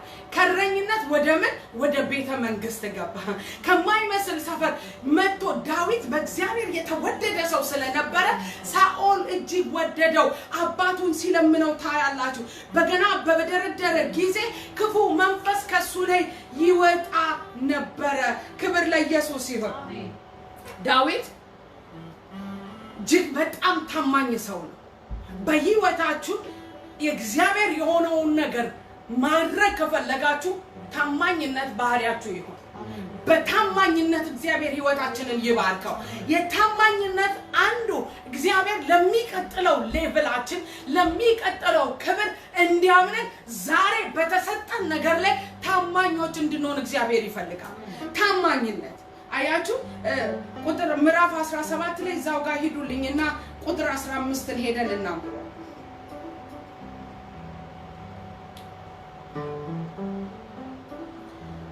ዳዊት ግን 12 ጀምሮ ላንብበው። ዳዊት በይሁዳ የቤተልሔሙ ሰው የኤፍራታ የእሴይ ልጅ ነበር። እሴይ 8 ወንድ ልጆች ነበሩት። በሳኦል ዘመን ያረጀና እድሜው የገፋ ሰው ነበር። ሶስቱ የእሴይ ታላላቅ ልጆች ሳኦልን ተከትለው ወደ ጦርነት ሄደው ነበር። እነርሱ ታላቁ ኤልያብ፣ ሁለተኛው አምናዳብ፣ ሶስተኛው ሳማ ይባላሉ። ዳዊትም የሁሉ ታናሽ ነበር። አያቱ 8 ልጆች አሉት። ሶስቱ ትልልቆቹ ጦር ሜዳ ሄዷል። መካከል ያሉትን አባትየው አላከም። አሁን ዳዊት የተረሳ አይመስላችሁ? በአባትየው ቦታ ያጣ አይመስላችሁ? ለምን አራተኛውን አልጠራም? ለምን አምስተኛውን አልጠራም? ለምን ስድስተኛውን አልጠራም? እነዚህ ትልልቅ ጎበዝ የተባሉ ልጆች እያሉ ሪስክ ወደሆነ ቦታ ላይ ግን አባትየው ይልከው ነበረ። አንዳንድ ጊዜ በህይወታችሁ እግዚአብሔር የሚወስዳችሁ መንገድ መልካም ማይመስል መንገድ ይመስላል። ነገር ግን የነገራችሁ ቦታ ሊያስጠጋችሁ ሲፈልግ በማይመስል መንገድ ህይወታችሁን ይመራል። እግዚአብሔር ለዳዊት የገባው ኪዳን አለ። እግዚአብሔር ለዳዊት የሰጠው ተስፋ አለ። ያ ተስፋው ጋር የሚደርሰው ግን እሱ ባሰበው መንገድ ሳይሆን እግዚአብሔር ባሰበው መንገድ ነበር። ስለዚህ ወንድሞቹ ያሉ አባትየው ጠርቶ ወንድሞቹን ደህንነት እንዲጠይቅ ይልከዋል። ዳዊት መጽሐፍ ሲናገር ዳዊት የሁሉ ታናሽ ነበር። 3 ታላላቅ ወንድሞቹ ሳኦልን ተከትለው ሄደው ነበር። ዳዊት ግን የአባቱን በጎች ለመጠበቅ ከሳኦል ዘንድ ወደ ቤተልሔም ይመላለስ ነበር። ይሄን ቃል ሳነብ እንደ እብድ ነው የሆንኩት። ሳኦል ወስዶታል፣ ወዶታል፣ ተቀብሎታል። ከኔ ጋር እባክህ ይኖር ብሏል። ብዙ ለምኗል። አያችሁ በሳኦል ፊት ሞገስ አግኝቶ ቤተ መንግስት ገብቷል። ስፍራ አግኝቷል። በተቀባይነትን አግኝቷል። ተመቸኝ ብሎ ግን ዳዊት አልተቀመጠም። ከሳኦል ቤት ወደ ምን ወደ በጎች ጥበቃ ምን ያደርግ ነበር? ይመላለስ ነበር። ለመውረድ ካልወደዳችሁ መውጣት በህይወታችሁ ላይ አይሆንም። መውጣት ያለው በመውረድ ውስጥ ነው። ከቤተ መንግስት ወጥቶ እረኝነት ቦታ ላይ ይሄድ ነበር። የንጉስ ምግብ በልቶ የንጉስ ውበት አይቶ የቤተ መንግስትን ነገር አይቶ ታማኝ ሰው ነበር ዳዊት። ታማኝ ሰው ነበር። እግዚአብሔር በኢየሱስም በታማኝነት ይባርካችሁ። ታማኝነት ነው በህይወታችን ወደ ሰክሰስ ውስጥ የሚያስገባል። እግዚአብሔር ወደ ነገረን ነገር የሚያስገባል። እነዛን ጥቂት በጎች አያችሁ፣ ለመውረድ ብዙ ሰው ይቸገራል። ቤተ መንግስት ገብተን እኮ አይደለም ከሆነች ነገር ዝቅ ማለት እኮ ነው የሚከብደን ይበቃ የመጨረሻ ከፍታ ላይ ይወጣን ነው የሚመስለን ወገኔ ዝቅታ ውስጥ ነው ከፍታ ያለው ዝቅታ ውስጥ ነው ሹመት ያለው እግዚአብሔር ሊያከብራችሁ ሲፈልግ በውስጣችሁ እንዴት ናችሁ በቤታችሁ እንዴት ናችሁ በተሰጣችሁ ነገር ላይ እንዴት ናችሁ አያችሁ መጽሐፍ ቅዱስ ሲናገር በጥቂቱ የሚታመን በብዙ ምን ያደርጋል አለ ይሾማል ሹመት ያለው ለታማኞች ነው በተሰጣችሁ ነገር ላይ በአንድ የጸሎት ህብረት ቡድን ውስጥ ታማኝ ሳትሆን እንዴት ነው ጀነሬሽን የሚሰጥ በተሰጠ በባይብል ስተዲ ላይ ታማኝ ሳትሆን እንዴት አድርጎ ነው እግዚአብሔር ሌላ ነገር የሚያምነ እንዴት ነው እንኳን እግዚአብሔር ይወላችሁ መስሪያ ቤታችሁ ላይ ሄዳችሁ ፕሮሞሽን የሚያገኙ ሰዎች በተሰጣቸው ቦታ ላይ በታማኝነት በትጋት የሰሩ ሰዎች ሳይጠይቁ ፕሮሞሽን የነሱ ነው እነግራችኋለሁ እግዚአብሔር በሰጣችሁ ነገር ላይ ታማኞች ስትሆኑ የእግዚአብሔር ፌቨር ወደሚቀጥለው ሌቭል ያስገባችኋል ታማኝነት ለአዲሱ ክብር እግዚአብሔር ዛሬ ታማኝነትን በህይወታችን ይፈልጋል ሊጨምር ላለው ነገር ሊገልጠው ላለ ነገር ታማኞችን እግዚአብሔር ይፈልጋል ታማኝ ነበር ዳዊት ቤተ መንግስት ገብቶ ነው በቃ በጣም ነበር ምን አይነት ሰዎች ናቸው እነዚህ ሰዎች ምን አይነት ነው በዛ በተተወበት ህይወት ውስጥ በዛ በበግረኝነት ውስጥ እግዚአብሔር አይቶታል ይህንን ሰው በሰጠው መንግስት በሰጠው እንደ ሳኦል አያደርግም ንንትቶ ነገር አይከተልም እግዚአብሔር ታማኝ ስለሆነ ነው ንጉስ አድርጎ የሰጠው ከበግረኝነት አውጥቼ እስራኤልን ህዝቤን ነው ያለው ህዝቤን እስራኤልን እንድትገዛ አደረኩ አለ እግዚአብሔር አይኖቹ በምድር ዙሪያ ናቸው ይላል በረኝነት ውስጥ ሆኖ ያለሳየው ታማኝነት እግዚአብሔር ያይ ነበር ዛሬ ለተሰጠን ነገር ለትዳራችሁ ታማኞች ናችሁ ለጓደኞቻችሁ ታማኞች ናችሁ ለህብረታችሁ ታማኞች ናችሁ ለተናገራችሁት ቃል ታማኞች ናችሁ ታማኞች ናችሁ በእኛ ዘመን ታማኝነት በጣም ስፍራ ያጣ ነው የሚመስለው እግዚአብሔር የሰጠንን ነገር አክብረን እስካልያዝን ድረስ በህይወታችን ሌላ የሚጨመር ነገር የለም ሌላ ነገር የሚጨመርላቸው ሰዎች ታማኝ ለሆኑ ናቸው ያላችሁ ነገር ባስደስታችሁ ያላችሁ ነገር አይን እንኳን ባይሞላ ለተሰጣችሁ ነገር ታማኞች በተሰጣችሁ ነገር ላይ ኃላፊነት ይኖራችሁ ወረድ ብላችሁ ስታነቡ በዚህን ጊዜ ይላል ፍልስጤማዊው 40 ቀን ሙሉ ጧትና ማታ ፊት ለፊት ብቅ እያለ ቆሞ ያያቸው ነበር ይላል 17 በዚህን ጊዜ እሰይ ልጁን ዳዊትን እንዲህ አለው ይህንን 10 ኪሎ የተጠበሰ እሸትና 10 እንጀራ ለወንድሞች ይዘህ ወዳሉበት የጦር ሰፈር በቶሎ ድረስ ይህንንም 10 የአይብ ጥፍጥፍ ለክፍል አዛዦቻቸው አብረው ውሰድ ወንድሞች እንዴት እንደሆኑ አይተ ደህንነታቸውን የሚያረጋግጥ ምልክት ከነሱ ዘንድ አምጣ አለው ይላል ሌላ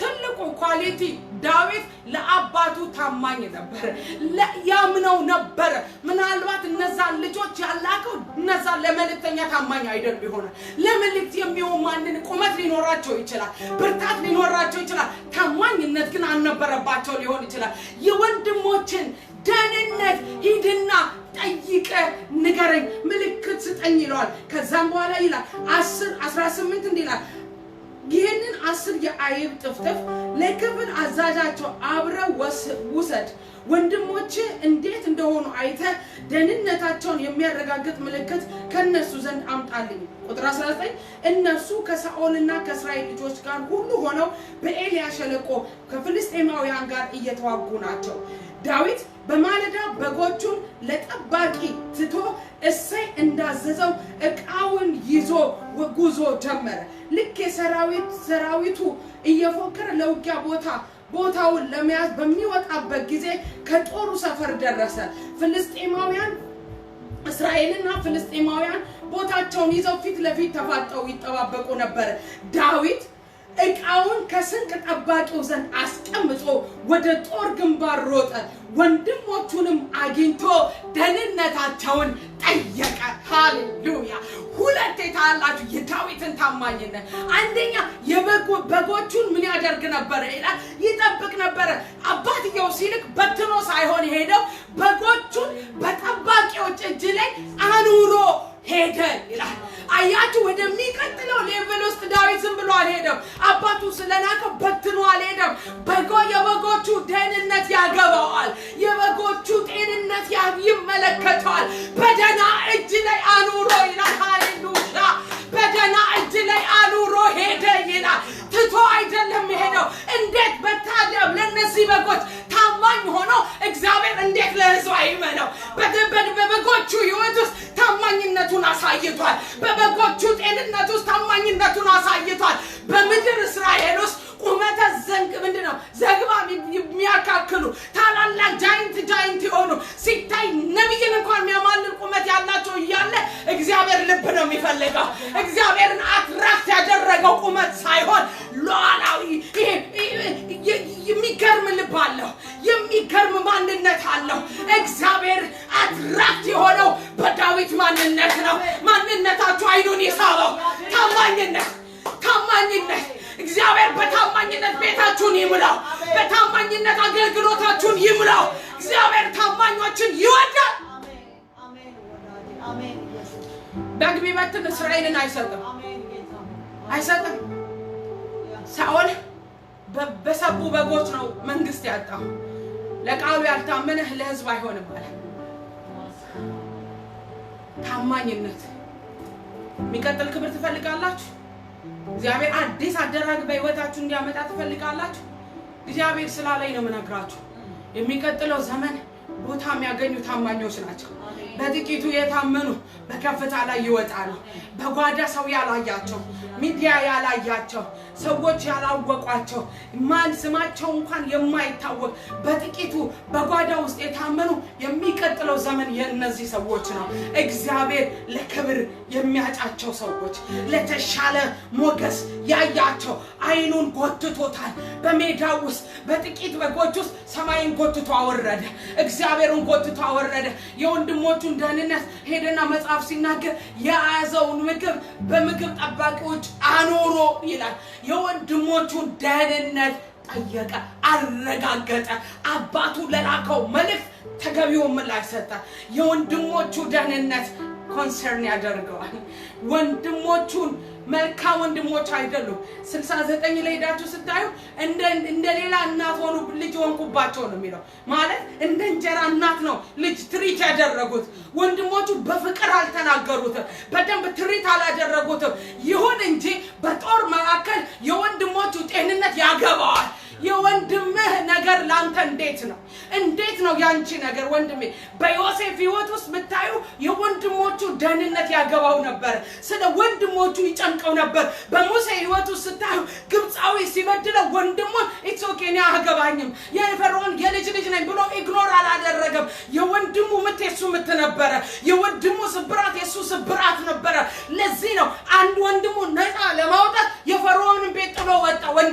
ወንድሙን ለማዳን በእነዚህ ሶስት ሰዎች ሕይወት ውስጥ ወንድም ትልቅ ቫልዩ አለ። በክርስቶስ ኢየሱስ ዳግም ስንወለድ ወንድማማች ነው የሆነው። የወንድም ህመም ላንተ ህመም ነው ወይስ የወንድም ሳቅ ነው ያንተ ህመም? የብዙ ጴንጤ ልበለ የብዙ ክርስቲያን ንዴቱ ያለው በወንድሙ ስኬት ውስጥ ነው። በወንድም ስኬት ውስጥ ያንተ ስኬት ነው ያለው። በወንድም መድመቅ ውስጥ ያንተ መድመቅ ነው ያለው። በጌታ በኢየሱስም የቃየል መንፈስ የተሰበረ ይሁን። የቃየል መንፈስ በኢየሱስም የወደቀ ይሁን። እግዚአብሔር ይህንን አይፈልግም። እግዚአብሔር በዳዊት ሕይወት ውስጥ ያየው ይህንን ነው። በጥቂቱ የታመነ በብዙ ይሾማል። ታዛዥ ነው። ገርማችሁ ታዛዥ ሰው ነው። ምዕራፍ 17 ቁጥር 17ን ስታነቡ አሁን ያነበብኩላችሁ አባቱ ከቤተ መንግስት ወጥቶ እኮ ዳዊት ቤተ መንግስት እያደረ እየመጣ ግን ይታዘዝ ነበር፣ ያገለግል ነበር። ኃላፊነት በአግባብ የሚወጣ ሰው ነበር። በኃላፊነቱ ላይ በሚገባ ያደረገ። ክብር ሁሉ ለእግዚአብሔር ይሁን። እግዚአብሔር በሚወስዳችሁ መንገድ ላይ ሲወስዳችሁ ለውሱ መንገድ እሺ በሉ። ሌላ የምናየው ሰው ኤልሳ ነው። ኤልሳ በጣም ይገርመኝ ሰው ነው። አንደኛ ነገሥት ምዕራፍ 19 ላይ 19 ጀምሮ ስታነቡ ሄዶ እንትና በልብሱ ይነካዋል። በልብሱ መጥቶት በሰላም እየኖረ ያለበት ያ እባክህ ቆየኝ ይለዋል። ለተነካበት መነካት ምላሽ ይሰጣል። በአፉ አልነገረውም። ከኔ ቀጥለ እጥፍ መንፈስ ይገባባል አላለው። ምንም ነገር አላለው። ነገር ግን ለተነካው ምላሽ ሰጥቶ ሄዶ አርዶ ሲመለስ ሄዳችሁ ስታነቡ አንደኛ ነገሥት እንሂድ ምዕራፍ 19 ቶሎ ቶሎ እየሄድኩኝ ነው ያለሁት። ምዕራፍ 19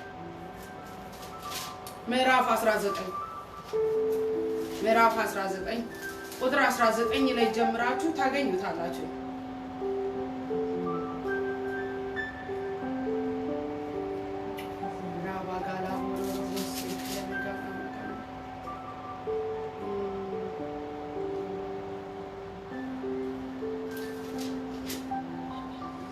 ስለዚህ ኤልሳ ከዚያ ተነስቶ ሲሄድ የሳፍጥ ልጅ ኤልሳህን 12 ጥማድ በሬዎችም ራሱ በ12ኛው ጥማድ በሬ ሲያሳገኘው ኤልሳም ወደ እርሱ ወጥቶ በመጎናጸፊያው በላዩ ጣለበት።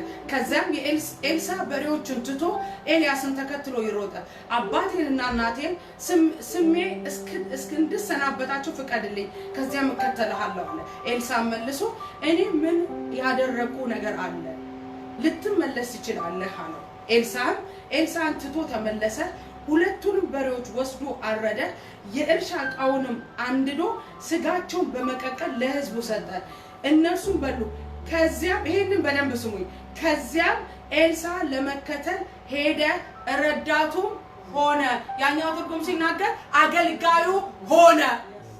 ባለጠጋው ሰውዬ ስንት ጥማድ ያለበት ሰው አሁን ብዙ ሰው ኮንሰርን የሚያደርገው ምንድነው? እጥፍ መንፈስ ነው።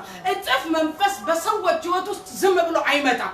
እግዚአብሔር የኤልያስ አገልግሎት እንዳበቃ አውቋል። ኤልያስን የሚተካ ሰው አሁን አግኝቷል። ያ ሰው ኤልሳ ነው። እንደመጣ ግን ይወላችሁ ሌላ ሁለተኛ ነገሥት ምዕራፍ 2 ላይ ሄዳችሁ ስታዩ 50 የሚሆኑ የነቢያት ጉባኤ አሉ። ጉባኤ የሚያክል ነገር እያለ እግዚአብሔር ግን ሰፈር ውስጥ ያለ አንድ ገበሬ ነው ያየው። ኦፊሱን እኮ ይዘውታል። የነቢያት ጉባኤ ነው የሚለው። የእግዚአብሔር አይን ግን በእነሱ ላይ አላረፈም። አው አላቸው፣ ስም ታይትል አላቸው፣ መታወቂያ አላቸው። በዛም ህብረታቸው አደገኛ ህብረት ነው። ሲሄዱ አብረው ነው፣ ሲመጡ አብረው ነው፣ ሲያወሩ አንድ ላይ ነው። ጉባኤ ነው የሚላቸው የነቢያት ጉባኤ 50 ሰዎች አስቡት። እነሱ ያለ እግዚአብሔር ግን የሆነ የራሱን ነገር እየሰራ ያለ ሰው ያያ። እነዛ ተኮፍሰው ነው የተቀመጡት። መጽሐፍ ሲናገር ሄዶ የኤልያስን ምን ያደርገው ጀመረ ይላል? ያገለግለው ጀመረ። ከባለጠግነት ቁልቁል አገልጋይነት፣ ሰራተኛ በለው፣ ባሪያ በለው።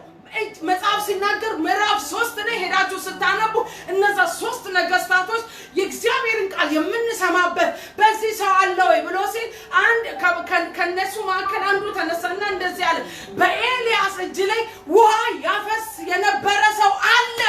መታወቂያው አገልጋይነት ነው። እግዚአብሔር አሁን የሚፈልገው አገልጋይነት፣ ልብ ያለው ሰው ለሚቀጥለው ሌቭል መሾም የሚፈልገው ለሚቀጥለው አዲስ ነገር የሚያስቀጥሉ ቦታ ይዘው እኔ እንትና ሚሉ ሳይሆን የአገልጋይነት መንፈስ ያላቸው፣ ለመውረድ የማይፈሩ፣ ዝቅ ለማለት የማይፈሩ፣ መሬት ለመቀመጥ የማይፈሩ ለነሱ እጥፍ መንፈስ ይሆናል። አሜን ሃሌሉያ አሜን። ጉባኤ ያለ የነቢያት ጉባኤ ያለ ገበሬን አየ እግዚአብሔር። ልብ ነው ያየው።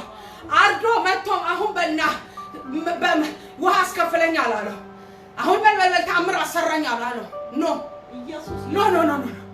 እጅ ማፍሰስ ዝቅ ማለት ትወዳለህ? የእግዚአብሔር መንገድ መከተል አለብን። ኤልሳ የእግዚአብሔር መንገድ ተከተለ። የመንገዶቻችን አላዋጡንም። እስከዛሬ የሄድንበት መንገድ አላዋጣንም። እንስቅበታለን ያልንበት አልቀሰናል። እናተርፋለን ያልንበት ከስረናል። እናሸንፋለን ያልንበት ተሸናፊ ህይወትን አምጥቶብናል። ወገኖቼ ወደ እግዚአብሔር መንገድ መመለስ ይሆነን። ወደ እግዚአብሔር መንገድ መመለስ ይሆነን። መውረድ ከባለጠግነት እጅ አስታጣቢነት። እኛ እኮ አበሾች ነን እናውቃለን። እጅ አስታጣቢ የመጨረሻ የቤቱ ትንሽ የሆነ ሰው፣ ትልቅ ሰው ሲመጣ ምናስታጥበው ትንሽ የተባሉት ነው። ኤልሳ እኮ ትንሽ አይደለም፣ ባለጠጋ ነው የሚለው ግን የያዘው ቦታ የአገልጋይነት። ኤልያስን ምን ያደርገው ጀመረ? ያገለግለው ሲያገለግለው በላ ኢየሱስ ሲናገር እንዲህ አለ የሰው ልጅ ሊያገለግል መጣ ይላል ከየት እንደመጣ አውቆ ወዴት እንደሚሄድ አውቆ እግራቸውን ሊያጥብ ወገቡን አስሮ ተነሳ ከየት እንደመጣ አውቆ ወዴት እንደሚሄድ አውቆ እግር ነው ያጠበው ኢየሱስ ዝቅ ነው ያለው ኢየሱስ የነ ጴጥሮስን እግር ወይኔ የጴጥሮስማ ቢሆን ጥሩ ነበር የይሁዳን እግር አጠበ ኢየሱስ የሚገለውን እግር አጠበ ኢየሱስ ሊሰቅለው የሚችለው ሰው ያውቃል እሱ መለኮት ነው ግን ያውቀዋል ማንነቱን ያውቀዋል ከየት እንደመጣ ወዴት እንደሚሄድ አውቆ ነው የሚለው ሄዱና ቃሉን አንብቦ ከየት እንደመጣ ደግሞ ወዴት እንደሚሄድ አውቆ ያገለግል ዘንድ ራባጀና ማጋንዶ የሰው ልጅ ሊያገለግል መጣ እናንተ ከምን አይነት መንፈስ ነው የተቀበልነው አገልግሉኝ የሚል መንፈስ ምን አይነት መንፈስ ነው የአገልጋይነት መንፈስ ነው ከአባታችን የተማርነው ከኢየሱስ የወሰነው መንፈስ የአገልጋይነት መንፈስ ነው ከፍ ሊል የሚወድ ቢኖር ዝቅ ይበል ይላል ዝቅታ ውስጥ ከፍታ አለ ውርደት ውስጥ ክብር አለ ኤልሳ የኢየሱስ መንፈስ የተካፈለ ይመስለኛል ከባለ ጠግነት መጥቶ ታች አገልጋይነት ወረደ መለኮት የሆነው የእግዚአብሔር ልጅ የፍጥረት ሁሉ መጀመሪያ በኩር የሆነው ዓለማት ሁሉ በእሱ የተፈጠረለት ዝቅ ብሎ የሰውን እግር አጠበ የይሁዳን እግር አጠበ ሚገርመኝ ይሄንን ነው ይሁዳን ታጥቢዋለሽ ይሁዳን ታጥበዋለህ አሳደን እንገለዋለን እንጂ ምን አይነት መንፈስ ነው ይሆናል ወደ ወንጌል እውነት እንመለስ ፓስተርነት መክበሪያ አይደለም አገልጋይ መሆን ያለው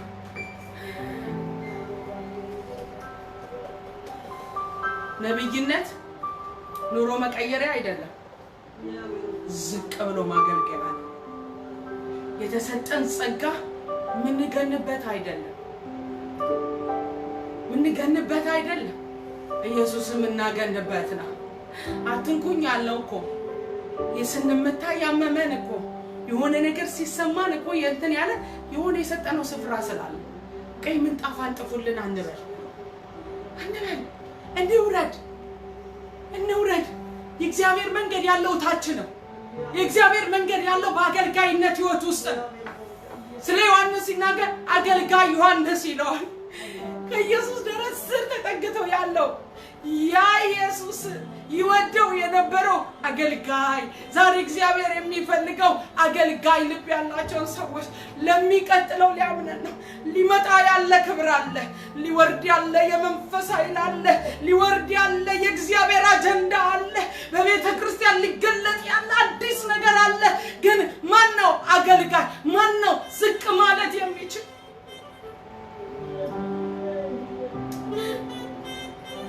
ሩት እናቷን ትታ አባቷን ትታ አባልቶቿን ትታ ቤተሰቧን ትታ የመቃረም ህይወት ውስጥ ገባች መቃረም ማለት ያንዴ ሴት የመጨረሻ ታች ስፍራዋ ነው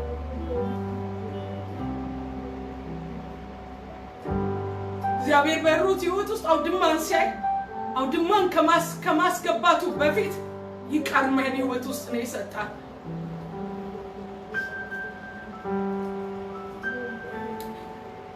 እግዚአብሔር አዲስ መንገድ ይዞ መጥቷል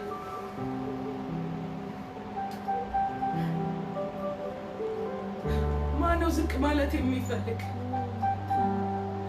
ማነው እግዚአብሔር በሚወስደው መንገድ ውስጥ ሊሄድ የተዘጋጀ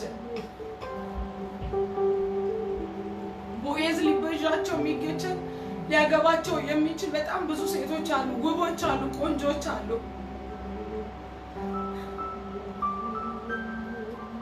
ክብር ያለበትን ህይወት ትታ ውርደት ያለበትን ህይወት መረጠች የአውድማው ባለቤት ግን ሆነች በክብር ህይወት ውስጥ እግዚአብሔር አስገባት ንውረድ እግዚአብሔር አሁን እንዲህ አይነት መንፈስ ፈልጓል ሰማይን የሚጎትቱ ልጆችን እግዚአብሔር ፈለገ። እነዛ 50 ነቢያቶች ቆመው ጌታን ዛሬ ካንተ ላይ ይወስዷል። መረጃ አላቸው፣ የሚቀጥለውን ግን አያውቁትም። እልፍ ትውልድን የማያደርግ ምን ይሰራል?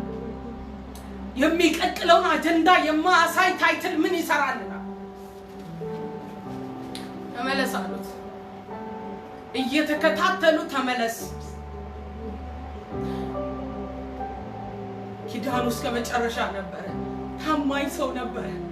ለኤልያስ ታማኝ ነበር። ተዘርፈናል ወገኖቼ፣ ተዘርፈናል። በትውልዳችን መካከል ተዘርፈናል።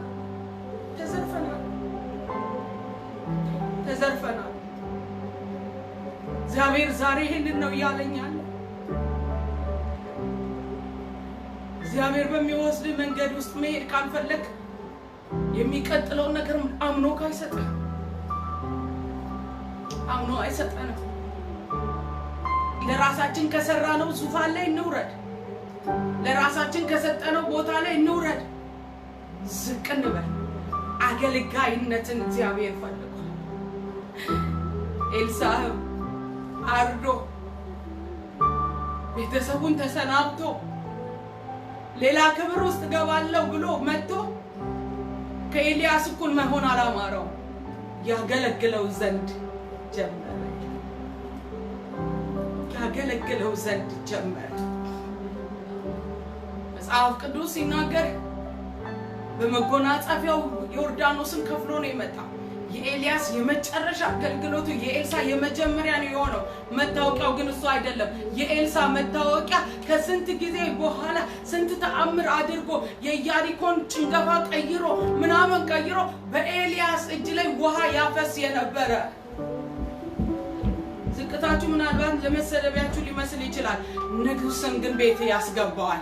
ነገስታቶች ፈልገውት መጡ። ኃያላን ፈልገውት መጡ።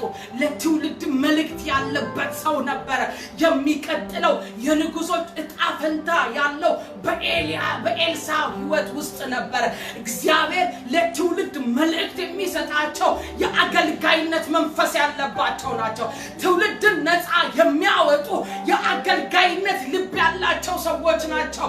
ለትውልድ እንጀራ መሆን የሚችሉ፣ ለትውልድ የሳቅ መንገድ የሚሆኑ የአገልጋይነት ልብ ያላቸው ናቸው።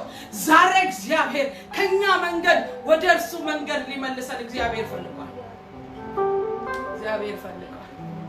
መጽሐፍ ቅዱስ ሲናገር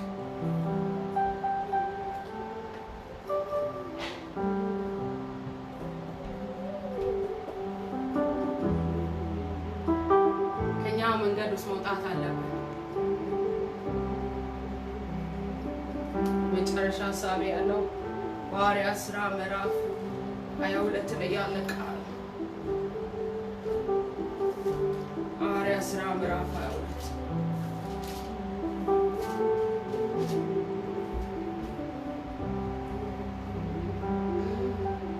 ቁጥር 10 ላይ እንደዚህ ይላል። ይህን ቃል የሚናገረው ጳውሎስ ነው።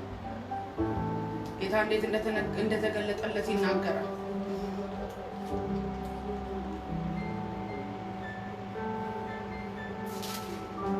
ጌታ ሆይ አንተ ማን ነህ አልኩት። እርሱም አንተ የምታሳድደኝ ናዝሬቱ ኢየሱስ ነኝ። ከኔ ጋር የነበሩትም ብርሃኑን አዩ፣ ነገር ግን የሚናገረኝን የእርሱን ድምፅ በትክክል አልሰሙ። ጉዳዩ ያለው ከሳኦል ጋር ነበር። አቅም ያለው ብርቱ የሆነው ነገስታት ጋር ሄዶ ደብዳቤ አጽፎ ማምጣት የሚችለው ሳኦልን ጌታ ኢየሱስ ተገናኘው። ማን ነህ አለው። እኔ የምታሳድደኝ ኢየሱስ። ወንድምህን እያሳደድክ የእግዚአብሔርን የልብ ሐሳብ ማገልገል አትችልም። ዮሴፍ የወንድሞቹ ጉዳይ ነበረበት። ዳዊት የወንድሞቹ ደህንነት ያሳስበዋል።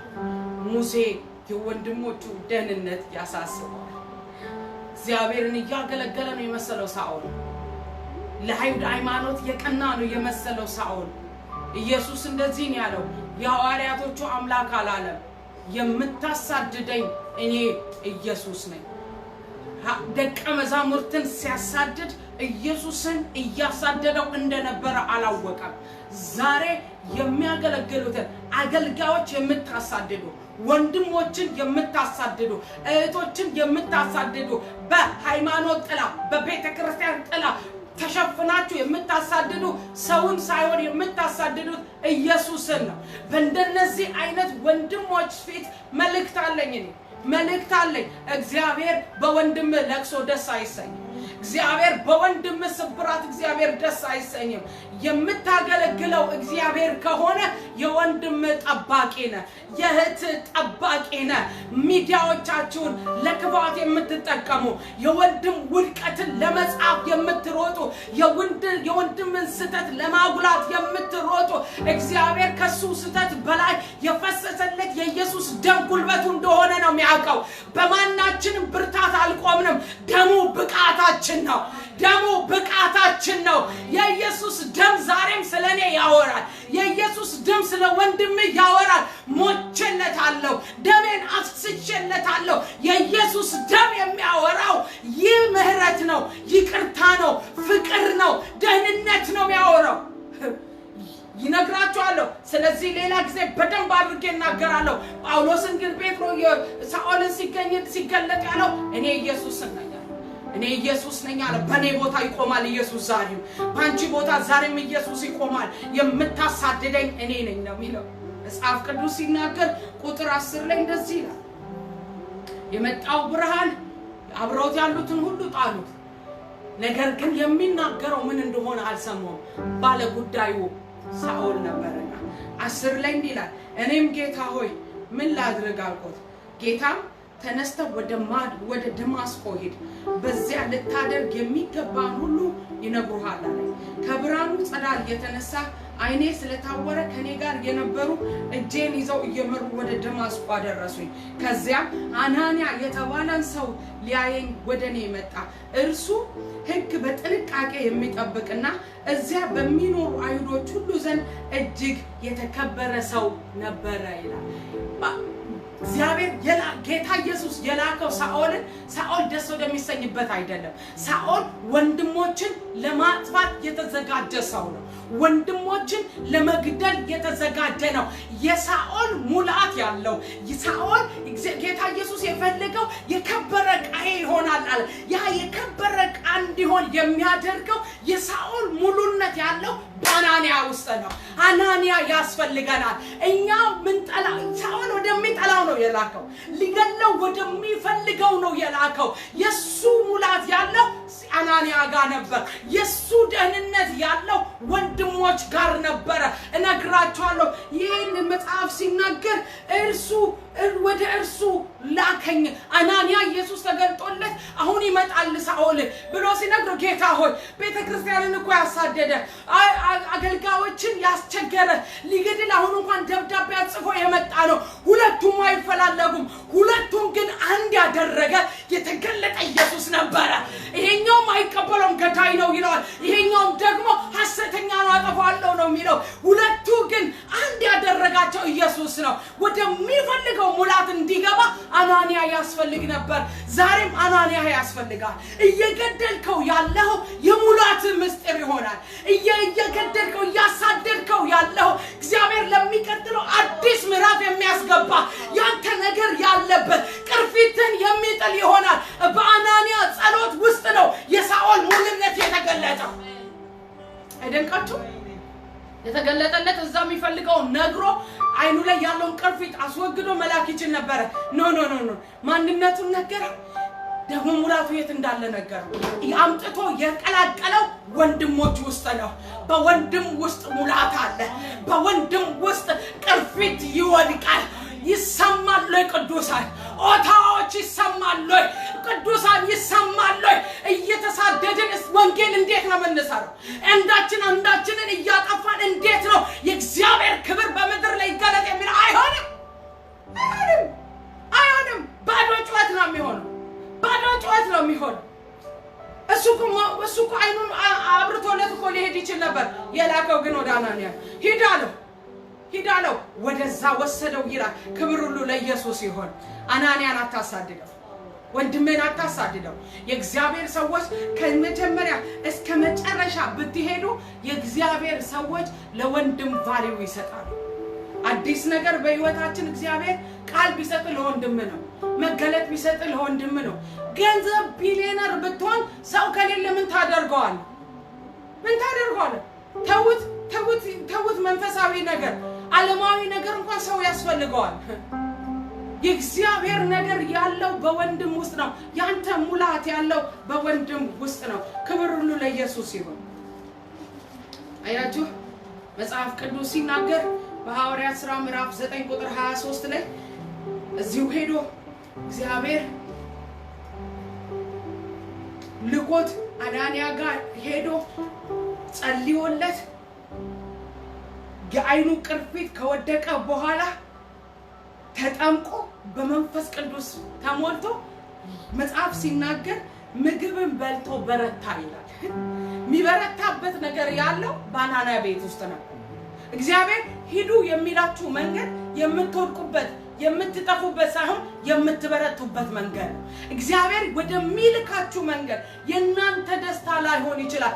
ሳኦል ደስታው ያ ቤት አይደለም። እርግጠኛ ነኝ ያንን ቤት ሊያጠፋ ነው የወጣው። በሊያጠፋው በወጣው ቤት ውስጥ ግን የእርሱ የጥሪው ሙላት ያለበት ነበር። የአይኑ ቅርፊት የሚወድቅበት ነበር። ወረድ ብላችሁ እንደዚህ ይላል። ወዲያው ሳኦልም በደማስቆ ከነበሩ ደቀ መዛሙርት ጋር አያሌ ቀን ተቀመጠ። ወዲያው ኢየሱስ የእግዚአብሔር ልጅ መሆኑን በየምኩራቡ መስበክ ጀመረ። የሰሙት ሁሉ በመገረም ይህ ሰው በኢየሩሳሌም ይህንን ስም የሚጠሩትን ሲያጠፋ የነበረ አይደለምን? ደግሞ ወደዚህ የመጣው እነርሱን አስሮ ወደ ካህናት አለቆች ሊያስወግዳቸው አልነበረምን አሉ። ሳኦል ግን እየበረታ ሄደ። በደማስቆ ለሚኖሩት አይሁዶች ኢየሱስ እርሱ ክርስቶስ መሆኑን በማስረጃ እያቀረበ አፋቸውን ያስይዝ ነበር። ከብዙ ቀን በኋላ አይሁድ ሳኦልን ለመግደል አሴሩ። እርሱ ግን እቅዳቸውን አውቆ ነበር። እነርሱ ሊገድሉት የከተማውን በር ቀንና ሌሊት ይጠብቁ ነበር። የእርሱ ተከታዮች ግን በሌሊት በከተማዋ ቅጥር ቀዳዳ አሾልከው በቅርጫት አወረዱት ይላል። ወንድሞች ነው የሚላኛ ተርጉም ሲናገር ወንድሞች። አያችሁ በወንድሞች መካከል ውስጥ ሆኖ ሳኦል ምን አደረገ ይላል?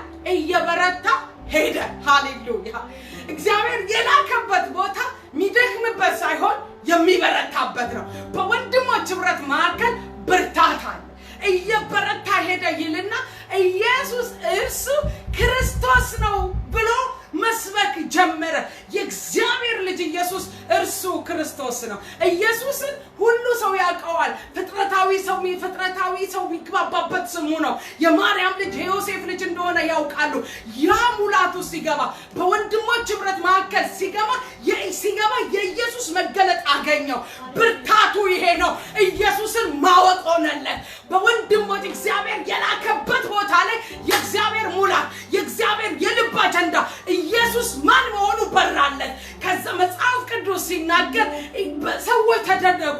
ሲያሳድድ የነበረ ሲገድል የነበረ ከነሱ መካከል ሆኖ ብለው ሲደነቁ ጳውሎስም ወጥቶ መስበክ ጀመረ። የዛኔ ሊገድሉት ተነሱ ይላል። ሊገድሉት ሲነሱ እርሱ ግን እየበረታ ሄደ።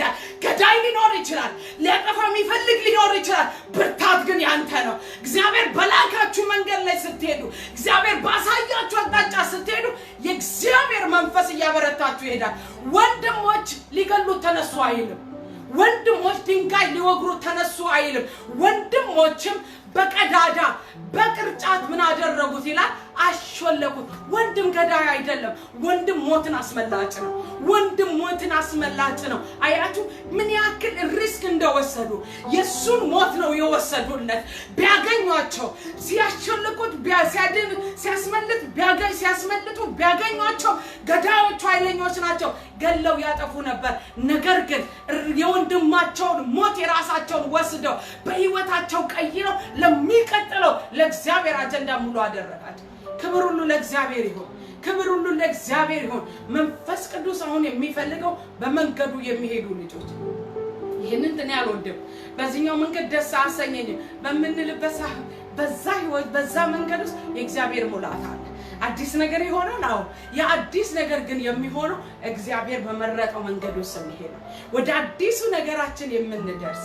አያችሁ ወደ ምንፈልገው አቅጣጫ ለመሄድ አዲስ ቶሮንቶ ልትሄዱ ስትነሱ ጂፒኤስን መከተላችሁ ግዴታችሁ ነው። ማታውቁት ቦታ ሲሆን ስፔሻሊ ጂፒኤስን ሌፍት ስትል ሌፍት ራይት ስትል ራይት እያለ ነው የምንሄደው።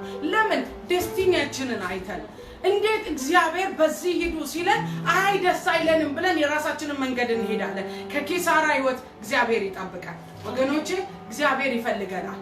በጌታ በኢየሱስ እኔ ጸልያለሁ የዘላለም አምላክ እግዚአብሔር በራስ መንገድ ሄደን ከመክሰር እንድትጠብቀን በናዝሬቱ በኢየሱስ ክርስቶስ የልብን ፈቃድ ያንተን ሐሳብ አድርገን ማለፍ እንድንችል እንድትረዳን ጸልያለሁ። በናዝሬቱ በጌታ በኢየሱስ የመጣው ቃል ለጥቅም ለህይወት እንዲሆንልን ጸልያለሁ። በአባቶቻችን ህይወት ውስጥ ያለፈ አንተ በመትፈልገው መንገድ ሄደ ብርታትና ኃይልን መንግስትን እንደሰጣቸው በኢየሱስ በእኛ ህይወት ውስጥ በመትወደው መንገድ ውስጥ መርተህን አንተ ያየው ጋር እንድታደርሰን ቀኛችንን ፈቃዳችንን ላንተ ሰጠን። ስለሰጠን ጊዜ እናመሰግንሃለን። ድንቅ ሆኖ በጌታ በኢየሱስ ክርስቶስ ስም ጸልየን። ዘመናችሁ የተባረከ ነው። ወዳችኋለሁ።